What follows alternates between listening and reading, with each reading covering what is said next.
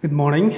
Welcome back to part 2 of the explanation of the letter A.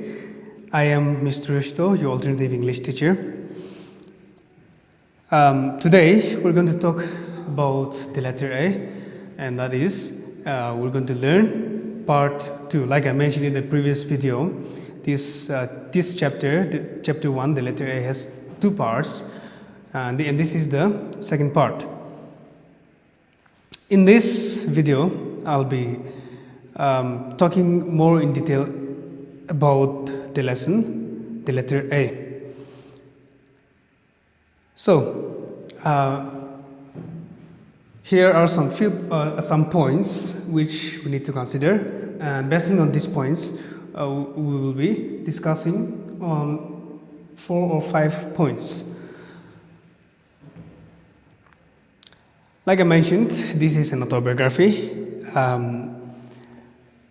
and in this autobiography, Christy Brown describes how he overcame his massive handicap with his willpower, firm determination, and with the continuous effort and love of his mother. So, let's take a look at the first point. The first point is Christy's birth. What happened during his birth? Christy was born as the 10th child in a family of 22. He had there were 22 of them, and he was the 10th child. What happened during his birth was that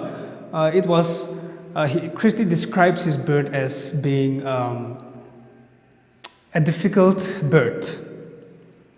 And during his birth, both Christy and his mother almost died. And since it was a difficult birth, they had to be separated.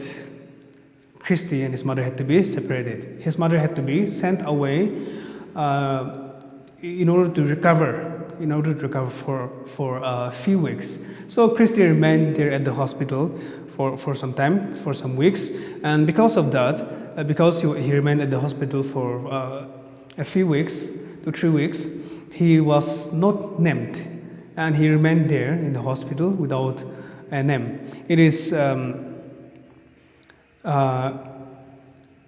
not our culture, or it is not what we practice, but for them, naming of the child or christening is done soon after birth. So, but because his mother was sent away to recuperate or to recover for some time, he did not have a name, and that was his birth. Second part, that is the first sign of disability. So, when did the first sign of disability appear in Christy Brown? And who discovered it, right? So, when he was 4 months old, his mother discovered that there was something strange about Christy Brown. So, that answers 2 questions. When was the first sign of disability, and who discovered it? So it was when he was 4 months old, and his mother discovered it. So what happened when he was 4 months old? What was the sign of disability? When he was 4 months old, his head would constantly fall backwards. A normal person would not do that, right?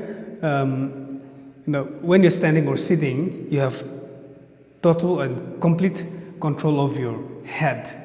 But that was not the same. The case was not the same for Christy. His head would constantly fall backwards, which means he had no control over his head. So his mother is trying to feed him. His head would fall backwards. And as he grew older, his hands were tightly clenched.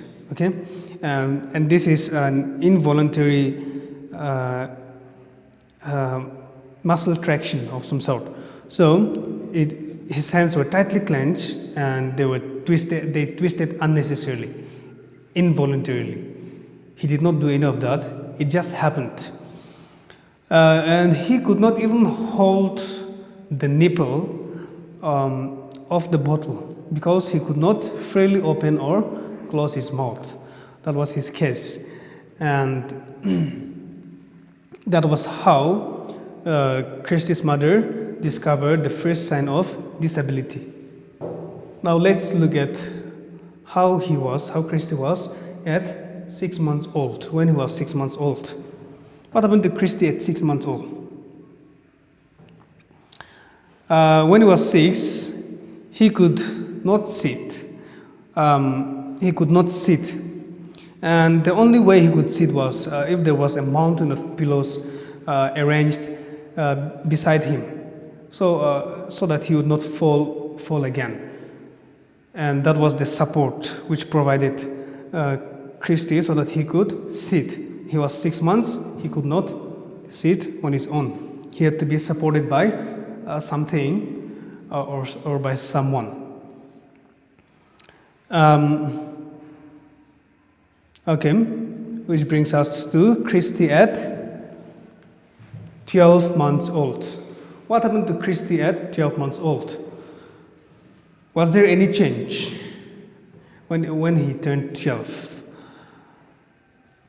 It was pretty much the same. There was no improvement. His head was still falling backwards. His hands, his fists, they were tightly clenched and still twisting unnecessarily. He could not walk. He still could not walk, and he could not sit. So it was pretty much the same at 12 months old. By now, Christy's parents have started getting very curious, anxious, and worried about Christy. So Christy's mother told his father about her fears, right? She noticed something, she saw something, and then she's anxious, she's scared. So she tells his father, and they decided to seek medical advice without further delay. They took him to a hospital when he was a little over 12 months old, or a little over a year old, and they started taking Christy to hospitals. And when they took him to the hospital, what happened was that, almost every doctor who looked after Christy's case, they labeled him a very interesting but also a hopeless case. Why interesting but hopeless, right? It was interesting because it was something which they had never seen before. It was the first of its kind.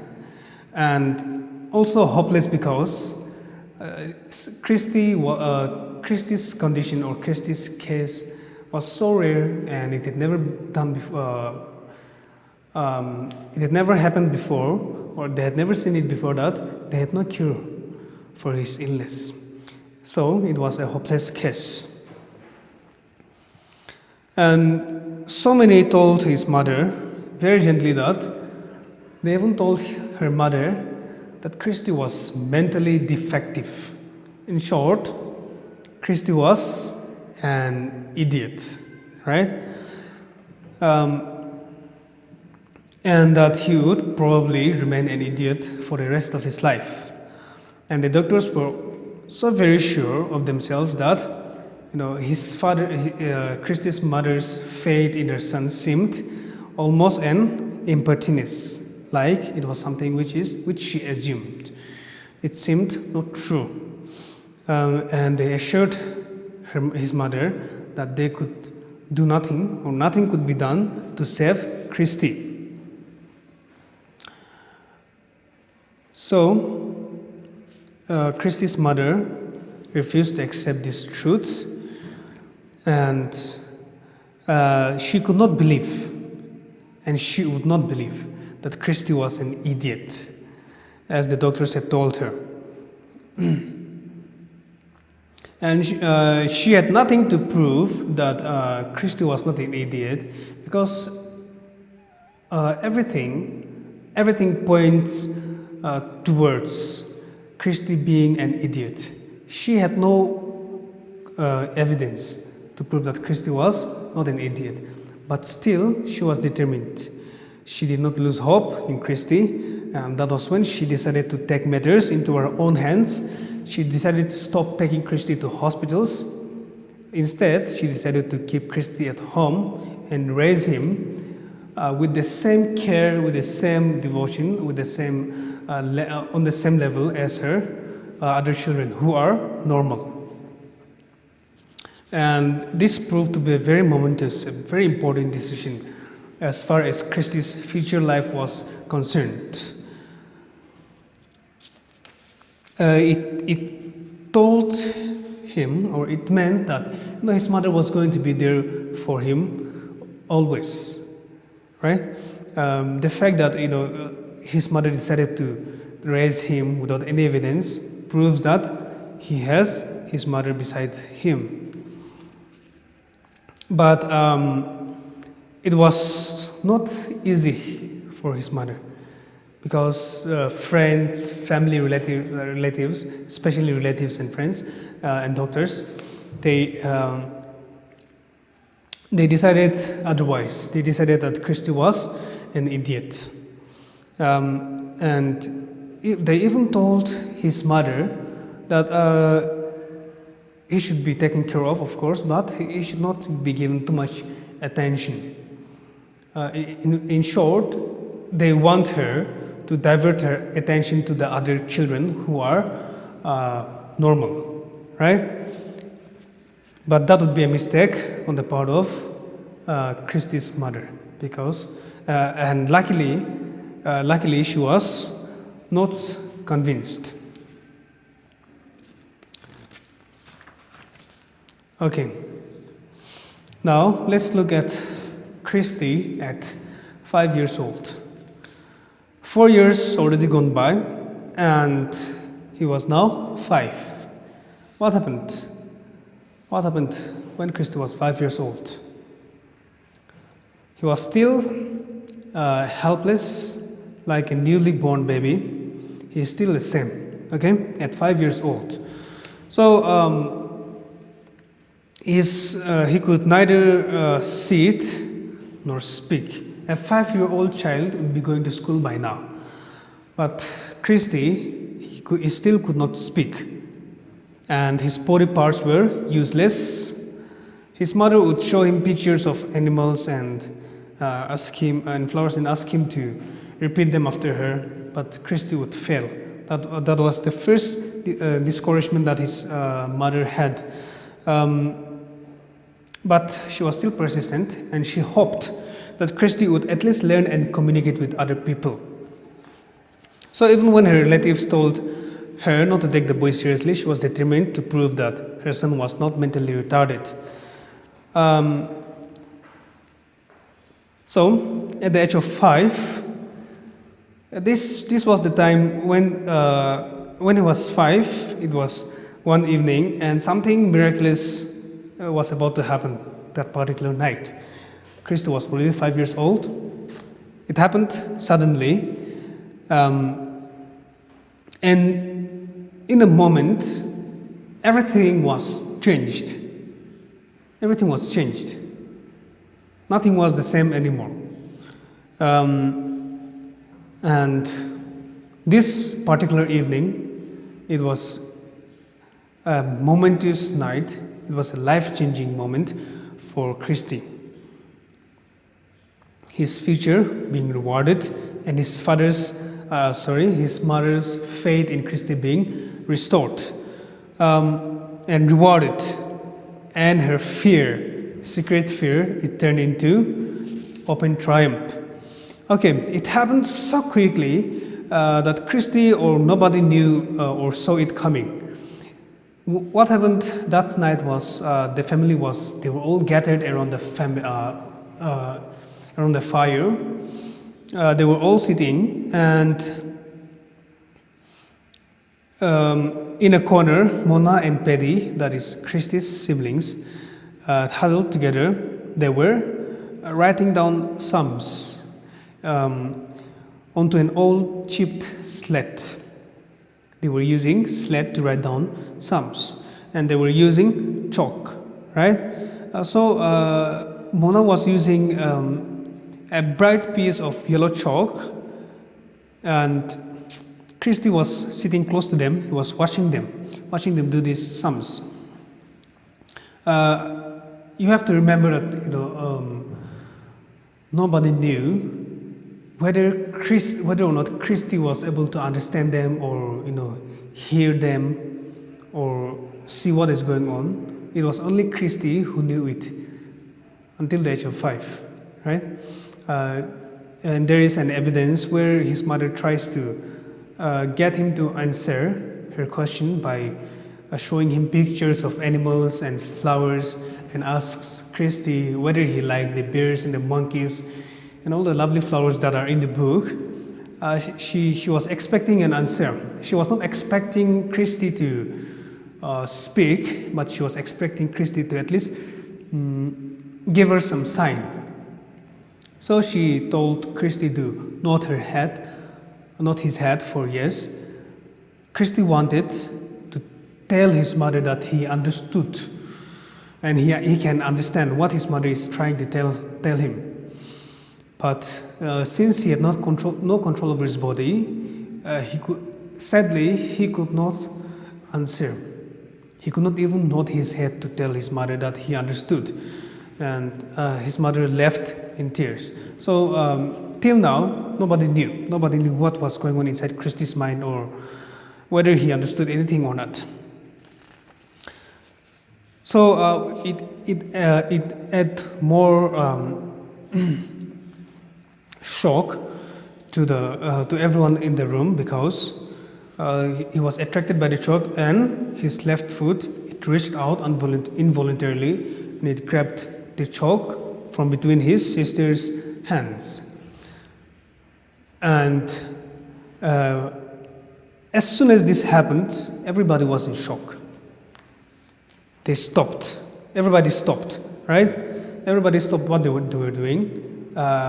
It was like they were playing this game of something like statue or something like that. And everybody stopped. His mother came in, and she noticed the silence in the room, and she noticed Christy in the corner of the room. And Christy had a chalk grip between his toes. His mother was looking at Christy from head to toe. As he was looking down, she saw that the chalk on his toe. She quickly knelt before him, and what she did was she drew the letter A on the floor and told Christy to copy it. Christy tried to copy it, but he could not do it. He could not do it because he had never done it before, and he doesn't even know whether he will be able to do it, right? And moreover, he has no control over his body except his left foot. So she told him to copy. He couldn't. He looked around everybody and saw that everybody was staring at him. He was very nervous, and he tried again. And he put his left foot and made a wild jerking step with the chalk, which produced a very crooked line. He tried to write, but it was a very crooked line. And nothing more. He could not write the letter A. So again, his mother told him to try again, and she whispered in his ears to try again. He did. He stiffened his body. He mustered all the strength he had, and then with the chalk, he tried to write the letter A. He wrote one side of the letter. As he was about to start the other side, the chalk broke. And it was a complete discouragement because the chalk broke, right? But again, just as he was about to give up, he felt his mother's hands on his shoulder, and it gave him the courage to try again. So he tried again, and he completed writing the letter A on the floor. Now he was successful in writing his first letter, that is the letter A. And that was a life-changing moment for Christy Brown. Because now, even though he could not speak, even though he could not talk and converse like normal people, he can now do something. He can now speak with words that are more permanent than spoken words, and that is, he can write. And this marks the beginning of his journey as a writer. This one letter scrawled on the floor with a broken bit of yellow chalk gripped between his toes. It was a road to a new world. It was his window to a new world. And it broke down the walls that existed between Christy and his other siblings. It was his key to mental freedom. He has now finally proved to his mother and to everybody that he is not an imbecile, that he is not an idiot. He is just physically disabled. Okay? He is mentally fine. He is not mentally disabled. That was a very big moment in Christy's life. And it was to provide a source of relaxation to the tense thing that was I, which panted for expression behind a twisted mouth, he writes. So that brings us to the end of part 2 of the chapter 1. I hope you have understood something and you have learned something through this explanation. That's it for today, and I'll see you in the next class. Thank you.